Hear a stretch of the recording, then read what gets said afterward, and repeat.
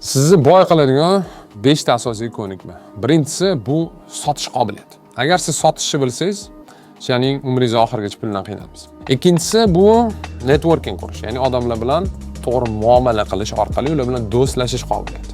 Bu umringiz oxirigacha sizga yordam beradigan qobiliyatlardan biri. Tanish bilishsiz deyarli hech qaysi ishni bitirib bo'lmaydi. Uchinchi qobiliyat bu o'z fikringizni yetkazib berish qobiliyati.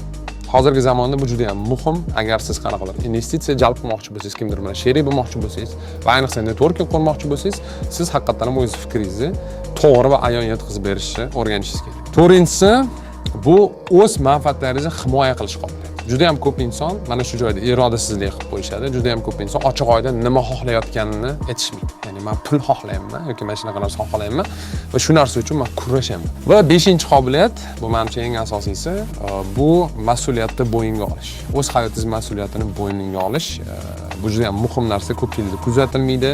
Ko'pchilik hammani ayblaydi, davlatni ayblaydi, do'stlarni ayblaydi, yana bir narsani ayblaydi, ota-onasini ayblaydi. Hamma aybdor, lekin men o'zim aybdor emasman. Mas'uliyatni bo'yniga oladigan inson doim birinchi o'rinda o'zidan ayb qidiradi va o'zi qilishga harakat qiladi, nimadir qilmoqchi bo'lsa ham.